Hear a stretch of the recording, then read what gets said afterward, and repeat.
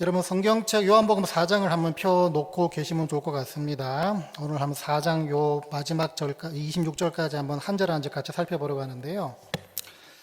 자, 오늘 하나님이 만나주실 때라는 제목입니다.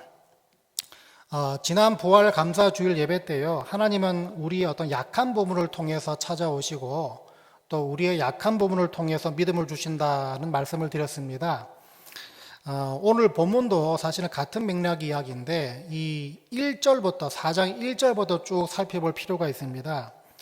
이 본문 우리가 같이 읽으셨던 본문 가운데 신령과 진정으로 예배를 드려라, 사실은 이 주제 가지고서 1절부터 26절까지 말씀을 주로 언급할 때가 많이 있습니다. 자, 그래서 주님과 이 사마리아 여인과의 대화, 또 대화의 흐름과 어떤 전개들을 통해서 예배, 다시 말해 하나님과의 만남, 예배, 즉 하나님과의 만남으로 가기까지 하나님께서 우리에게 어떤 부분을 많이 기대하시고 어떤 것을 많이 요구하시는가, 이걸 엿볼 수가 있는데요. 자, 오늘 그걸 한번 한 구절 구절 살펴보면서 알아보려고 합니다. 자, 먼저 저 위에 3절 4절을 보니까 예수님께서 이제 갈릴리 지역으로 옮겨 가시는데 엉뚱한 루트를 선택하십니다. 많이 들어서 알고 계시겠지만 유대 땅에서 갈릴리로 올라가실 때, 그때 그 당시 유대인들은요, 멀리 돌아가서라도 이 사마리아 지역만큼은 피해서 갔다, 그게 일반적인 루트로 알려져 있습니다. 그 이유가요, 역사적인 사건 때문이었는데, 이스라엘이, 우리가 예전에 열왕기 상하, 역대 상하를 살펴봤지만 이스라엘이 북이스라엘과 남유다로 나눠진 적이 있지 않았습니까? 그 당시에 북이스라엘 나라는요, 하나님 말씀에 늘 불순종했습니다. 그러다가 아수르라는 이방 나라에 의해서 이제 멸망을 당하는데, 멸망당한 이후에 이 아수르라는 나라가요, 북이스라엘 통치할 때 이 사마리아 지역이 그 당시 북이스라엘의 수도였는데, 그 사마리아 지역에 쉽게 말해서 이 피지배 민족들을 효과적으로 다스리기 위해서 사마리아 이주 정책을 펼칩니다. 쉽게 말하면 이방인들을 끌어와서 사마리아 땅에 살게 만든다는 것이었습니다. 자, 그러다 보니까 어떤 일이 발생합니까? 이방인들과 이스라엘, 북이스라엘 사람들, 사마리아 지역에 살던 이스라엘 사람들조차도 같이 살게 되면서 당연히 또 결혼까지 하게 되겠죠. 그러다 보니까 사마리아 지역에 수많은 이방 혼혈인들, 그러니까 이스라엘 피와 이방인 피가 섞인 혼혈인들이 생겨나기 시작합니다. 시간이 흐르면서 이 정통 유대인들 시각으로 봤을 때 이 사마리아 지방 사람들, 다시 말해 이방인 피가 섞인 혼혈인들, 이 사람들은 이방인들보다 더 이방인 같은 존재로 보기 시작합니다. 더 쉽게 말하면요, 이방인들보다 더 상종해서는 안 될 대상으로 보기 시작합니다. 자, 그런 역사적 어떤 흐름과 어떤 이 상황 때문에 많은 사람들이 이 사마리아 지방을 스쳐 지나가기조차도 굉장히 싫어했던 그런 경향이었는데, 예수님께서는 지금은 그런 곳을 비켜가지 않으시고 그냥 통과해 가십니다. 통과해 가시며 들어가시는데, 자, 그걸 볼 때요, 이 루트를 선택하신 이유는 굉장히 어떤 다분히 어떤 목적이 있을 것이라고 생각할 수가 있습니다. 아니나 다를까 오늘 이 유명한 사마리아 성 한 여인, 우물가의 한 여인과 만남 가운데 이것 때문에 이곳을 일부러 들리셨구나를 볼 수가 있습니다. 자, 결국 사마리아 성 안에서 한 우물가에서 사마리아 한 여인을 만나게 됩니다.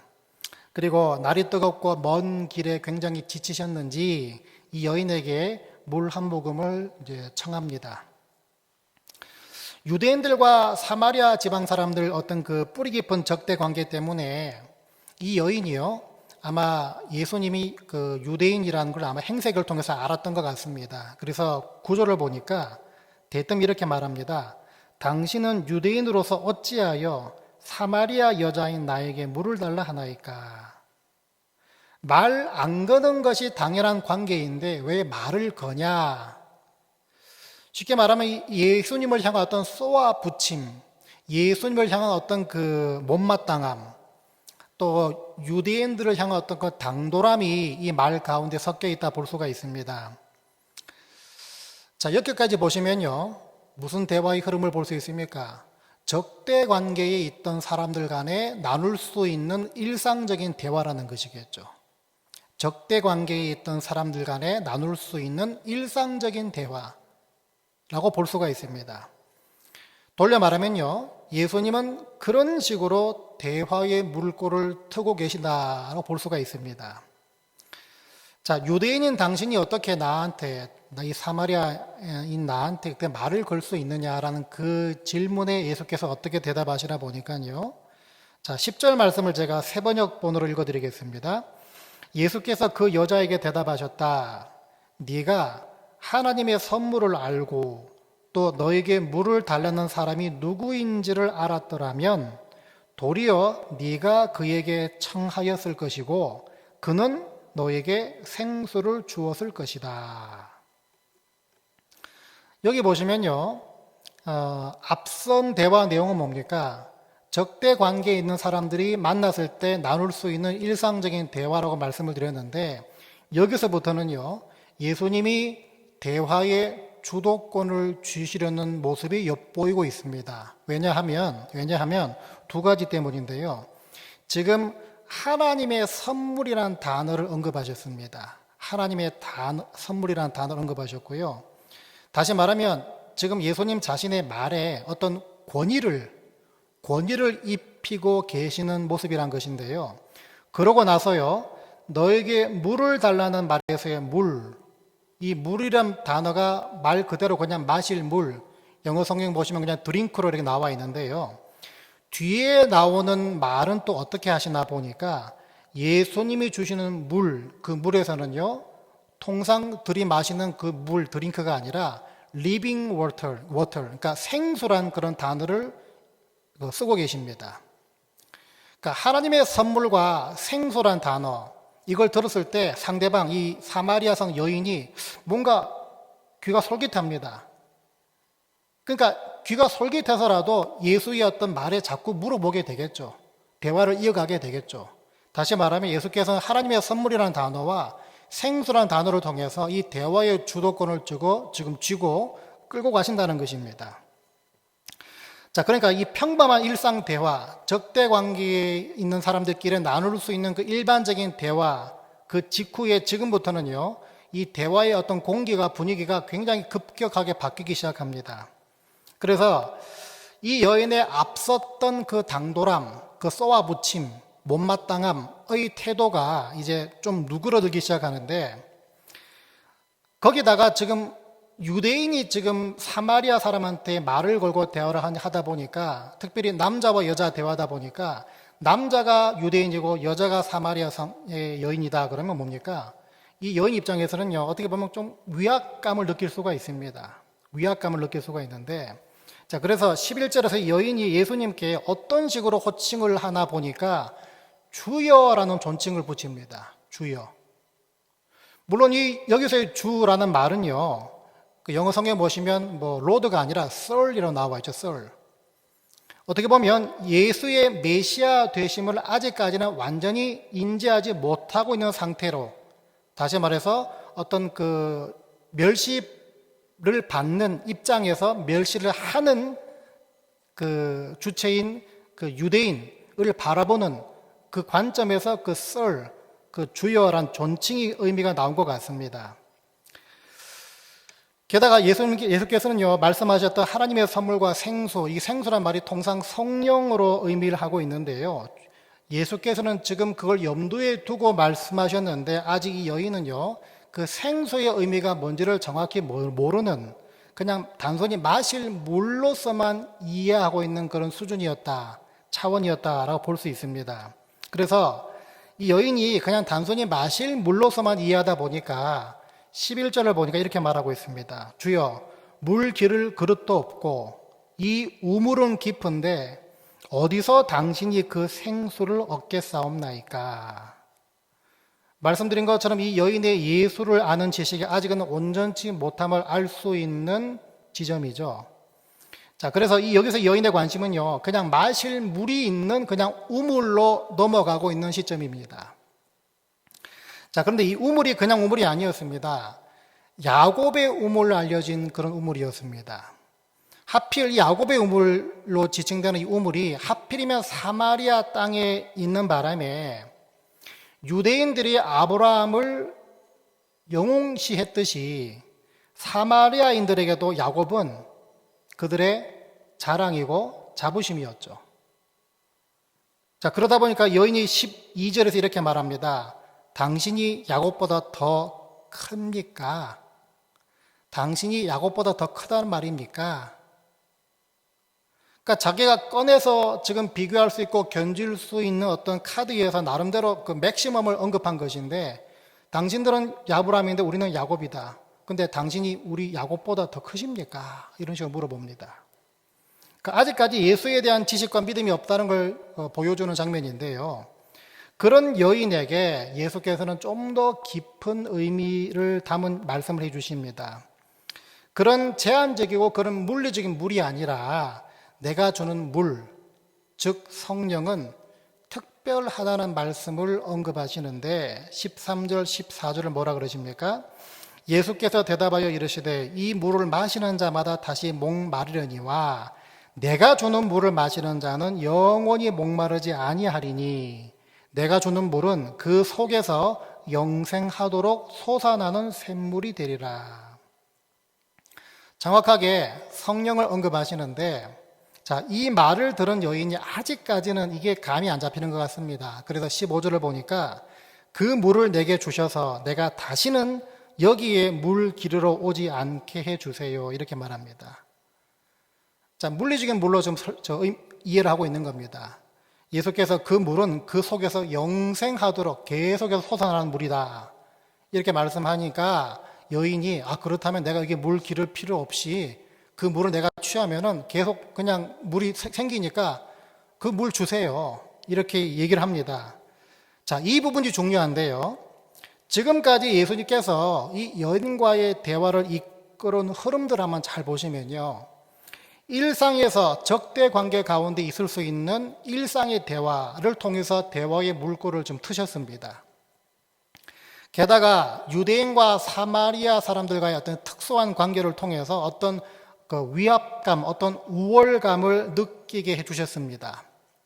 그래서 이 여인으로 하여금 예수의 말씀에 귀를 기울이게 만드셨고요. 물을 소재로 대화하시면서 결국 여인의 관심을 이 물로 향하게 만드셨습니다. 그러고서는 이 여인으로 하여금 다시는 여기에 물 기르러 오지 않게 해달라는 그 말까지 하게 만드셨습니다. 자, 이게 뭘 말해주는가 하면요. 아까 제가 처음 말씀드린 것처럼 사마리아 지역 땅으로 의도적으로 들어가신 이유가 있지 않았겠나. 바로 이걸 위해서였죠.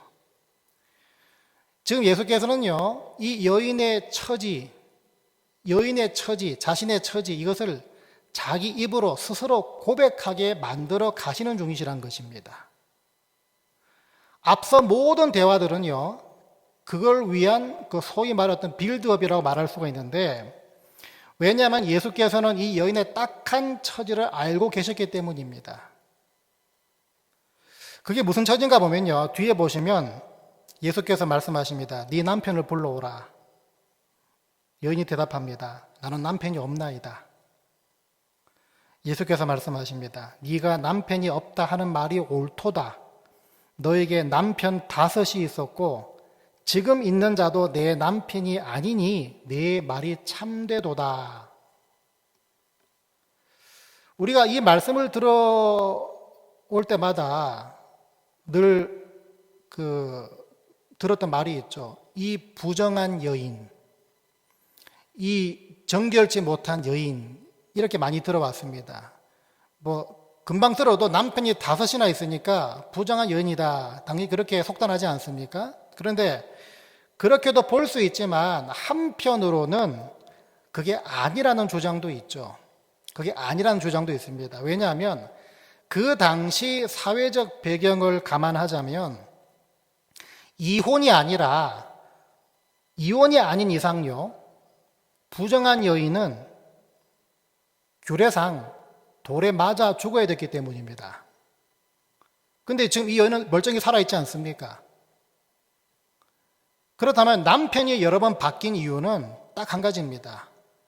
버림받았었다는 것입니다. 버림받았었다. 그런 주장이 있다는 것입니다. 여인이 부정해서 이렇게 된 게 아니라, 부정했으면 벌써 돌에 맞아 죽어야 되는데 살아있는 거 보니까 부정한 게 아니라 남편으로부터, 서로 다른 5명의 사람으로부터 버림을 받은 여인이었다는 것입니다. 지금의 내 남편도 남편이 아니라, 그 말도 무슨 말인가 하면요, 아마도 예수께서는 지금 여인이 지금의 남편으로부터 궁극적으로 또 버림받을 것이라는 걸 알지 않으셨는가 하는 추측도 있고요. 또 지금 이 여인의 결혼 생활이 순탄치 않다는 걸 아마 아시지 않았겠나라는 추측도 있고요. 아니면 원래부터 정상적인 그런 부부 관계가 아니었다는 것을 알지 않으셨겠나라는 추측도 있습니다. 왜 이렇게 말씀하셨는지에 대한 그 자초지종은 알 수는 없지만 중요한 것은 예수께서는 지금 이 여인의 약함을 끄집어내셨다는 것입니다. 약함을 끄집어내셨다는 것입니다. 자신의 처지를 생면부지의 사람이 와서 좀 말하고 있다. 정확히 알고 있다. 어떤 마음이 들겠습니까?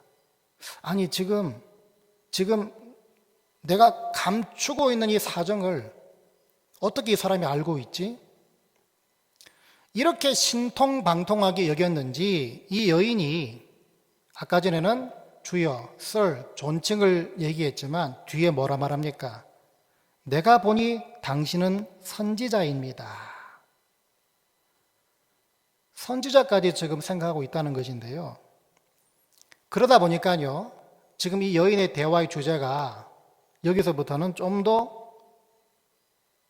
고상하게 말하면 영적인 걸로, 좀 더 성경적인 걸로, 좀 더 예배적인 걸로, 좀 더 저들의 전통적인 어떤 대화의 주제로 흘러가게 됩니다. 어떤 식으로 흘러가나 보니까 우리 조상들은 이 산에서 예배하였는데 당신들의 말은 예배할 곳이 예루살렘이 있다 하더이다. 이 말의 배경을 아시지 않습니까?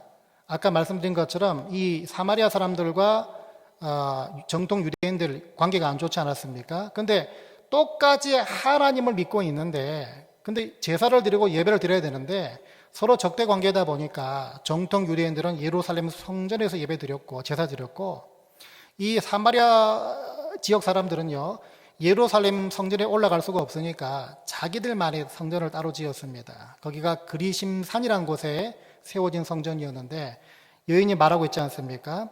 우리의 조상들은 이 산에서 예배하였는데 당신들의 말은 예배할 곳이 예루살렘이 있다 하더이다. 자, 예수께서는요, 이렇게 대화의 어떤 소재와 주제를 좀 더 영적인 것, 좀 더 예배적인 것, 왜냐, 선지자라는 어떤 그런 타이틀로서 좀 이해하고 있으니까 이 여인의 대화의 주제가 그렇게 흘러가다 보니까 지금 성전, 제사, 예배 어떤 그런 그 문제에서 가지고서 여자가 얘기를 할 때 예수께서 단언하십니다. 예배 장소가 문제가 아니야 말씀하십니다. 예배 장소 문제가 아니야. 자, 그러고서 그 유명한 말씀을 하시죠. 오늘 같이 읽으셨던 아버지께 참되게 예배하는 자들은 영과 진리로 예배할 때가 오나니 곧 이때라. 아버지께서는 자기에게 이렇게 예배하는 자들을 찾으시느니라. 하나님은 영이시니 예배하는 자가 영과 진리로 예배할지니라. 자, 여기 보시면요, 지금 이 말씀이 이 여인에게 어떤 느낌으로 받아들여졌는가, 들려졌는가 하면 잘 보세요. 지금 예수의 이 말씀은요, 예루살렘 성전에 올라가서 제사 드리고 싶어도 드리지 못하는 이 사마리아 지역에 태어난 게 자기 잘못이 아니지 않습니까? 조상들이 그런 일 때문에 이렇게 태어났는데 예루살렘 성전에 올라가 예배 드리고 싶어도 드리지 못하는 어떤 자신들의 어떤 서름, 억울함, 유대인들을 향한 어떤 분노, 그 가운데 휩싸여 살고 있던 이 사마리아 사람 입장에서는요, 이 예수의 이 말씀이요, 굉장한 위로, 굉장한 기쁨, 굉장한 감사가 될 수 있는 말씀입니다. 예배 장소 문제가 아니라는 것이에요. 게다가 이 여인은요, 유대인들이 평소에 갖고 있었던 메시아관과 똑같은 메시아관을 갖고 있었던 걸 볼 수가 있는데, 그런 와중에 예수의 이 말씀이 너무나 위로가 됐던 것 같습니다.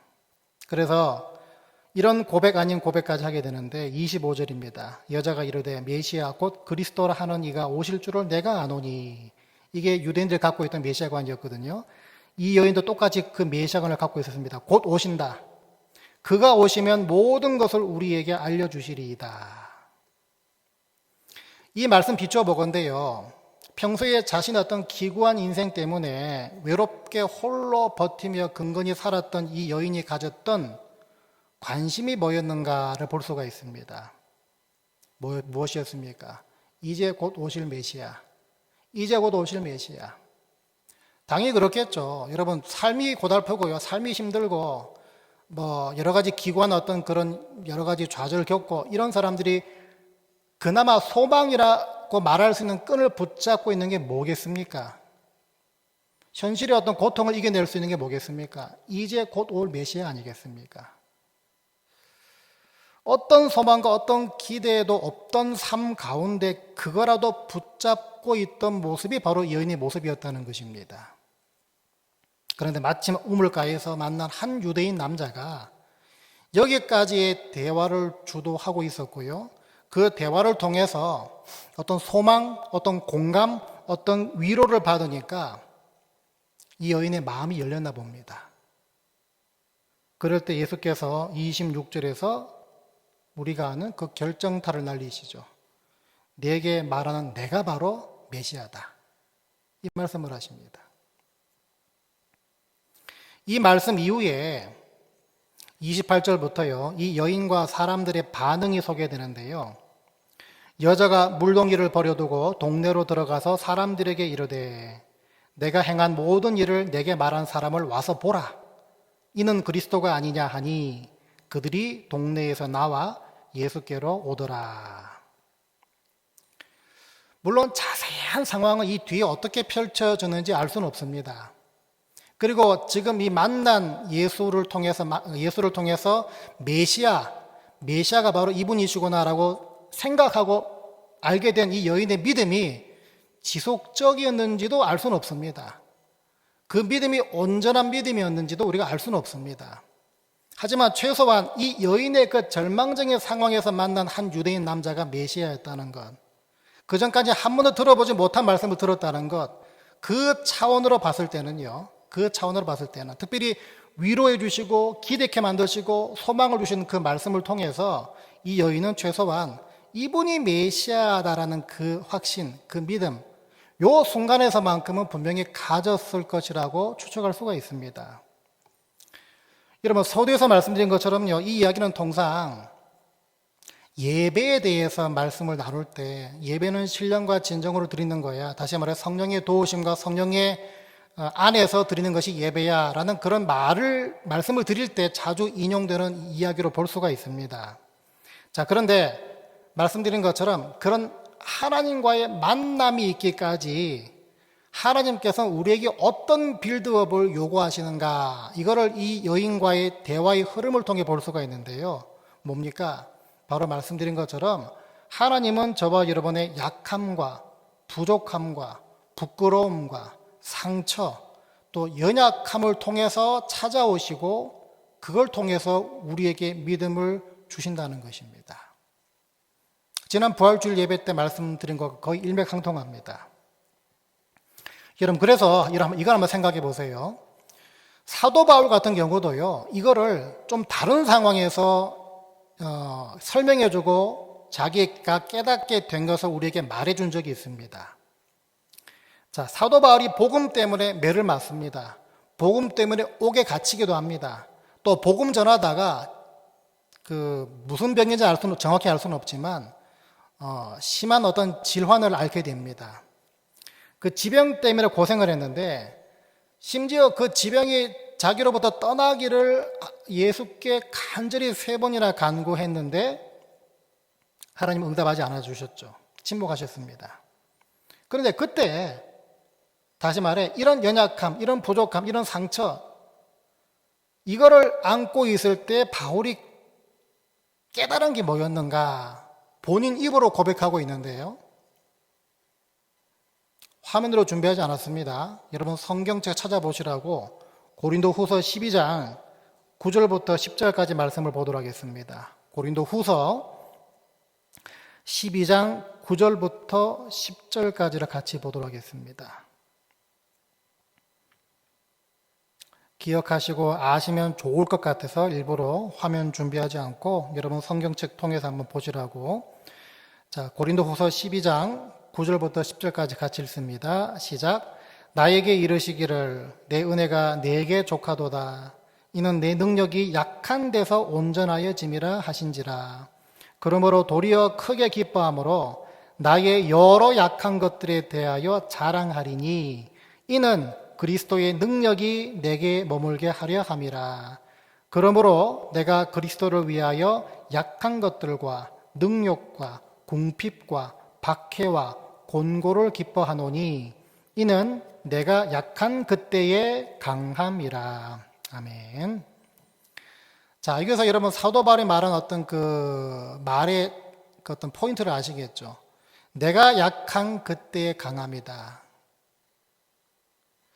내가 약한 그때의 강함이라는 말씀을 여러분 어떻게 해석하시고 어떻게 적용하십니까? 여러분 나름대로의 많은 해석과 많은 적용들이 있겠지만 그 중에 하나는 나의 약함과 나의 허물과 나의 제한됨과 나의 무능함을 하나님께 내어놓을 때 그때가 하나님이 나를 만나 주시는 지점이라는 것입니다. 여러분 뭐 상식적으로 생각해도 우리 그거 잘 안 되지 않습니까? 내가 잘 나갈 때, 내가 자신만만할 때, 내가 기세 등등할 때 예수 잘 못 만납니다. 다 경험하셨겠지만 내가 부족할 때, 내가 상처 많을 때, 내가 좌절할 때, 내가 약할 때 그때 하나님을 찾게 되고 그때 만나 주실 때가 많지 않습니까? 똑같은 논리라는 것입니다. 여러분 그래서 여러분 일상에서 기도하는 시간이라든지 여러분 일상에서 뭐 말씀 묵상하는 시간 다 마찬가지지만 특별히 우리가 예수 앞으로 찾아 나올 때 하나님의 존전 앞으로 찾아 나올 때 우리는 목이 뻣뻣한 채로 나와서는 절대 안 됩니다. 우리는 어떤 구경꾼이나 감상하는 사람 입장이나 아니면 판단하는 자의 입장에 서서 예배 드려서는 안 됩니다. 우리는 힘을 빼고 가슴을 치는 심정으로 주님을 찾아야 합니다. 왜 그런가 하면요. 구약의 시편 기자도 분명히 말하고 있지 않습니까? 시편 51편 17절을 보시면 하나님께서 구하시는 제사는 상한 심령이라. broken spirit, 상한 심령이라. 하나님이여 상하고 통회하는 마음을 주께서 멸시하지 아니하시리이다. 여기에 상하고 통회하는 마음을 주께서 멸시치 않는다 말씀했는데 상한다는 말이 아까 말씀드린 것처럼 broken, 깨어진 마음, 상처난 마음 그걸 말하고 있고요. 통회라는 단어를 찾아보니까 영어 성경 보니까 contrite란 말을 씁니다. 이게 그 한국말로 이렇게 풀어 쓰는 걸 찾아보니까요. 죄책감에 의해서 찢어지는 가슴으로 뉘우친다. 그러니까 아플 통, 뉘우칠 회, 죄책감에 의해서 찢어지는 가슴으로 뉘우친다. 그러니까 상한 것과 통해의 말이 뭐겠습니까? 상한 것은 뭡니까? 어떤 외부로부터 받은 상처겠죠. broken heart. 통해는 뭐겠습니까? 죄책감에 들어간 걸 보니까 내가 지은 죄 때문에. 하나는 외부적인 요인, 하나는 내 내적인 요인.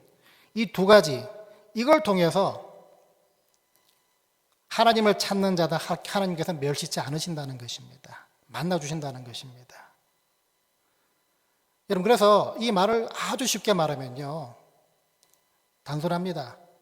구경꾼으로 말짱한 채, 멀쩡한 채 찾아오지 말라는 것입니다.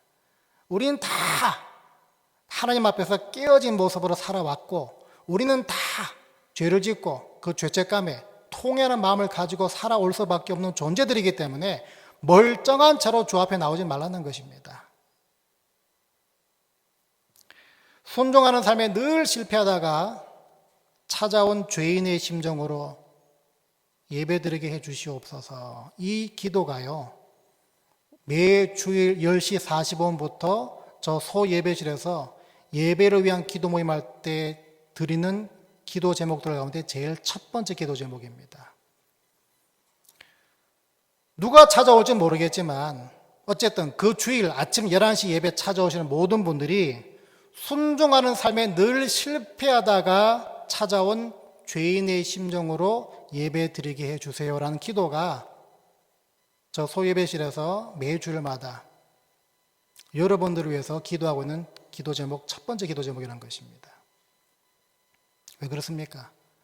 하나님 만나야 되지 않습니까? 이 마음으로 예배 드릴 때요, 그날 들려지는 말씀이 전부 다 바로 내게 주시는 말씀으로 들리게 됩니다. 구경꾼으로, 감상하는 사람으로, 비평하는 사람으로 예배 드리면 저 말씀 누가 들어야 되는데 이렇게 되겠죠.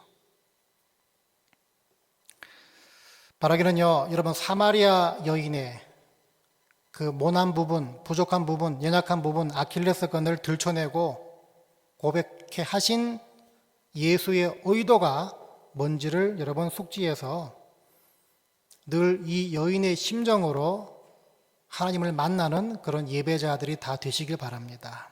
그리고 그게 여러분 가정 속으로 전염이 돼서 여러분 자녀들도 같은 마인드로 예배 드리게 되길 바랍니다. 이게 왜 중요한가 하면요. 늘 이 요한복음 이 수가성 여인, 사마리아성 여인, 이 우물가 여인 얘기를 지날 때마다 늘 드는 생각이 뭔가 하면요. 예배에 관한 그런 말씀이라 말씀드리지 않았습니까?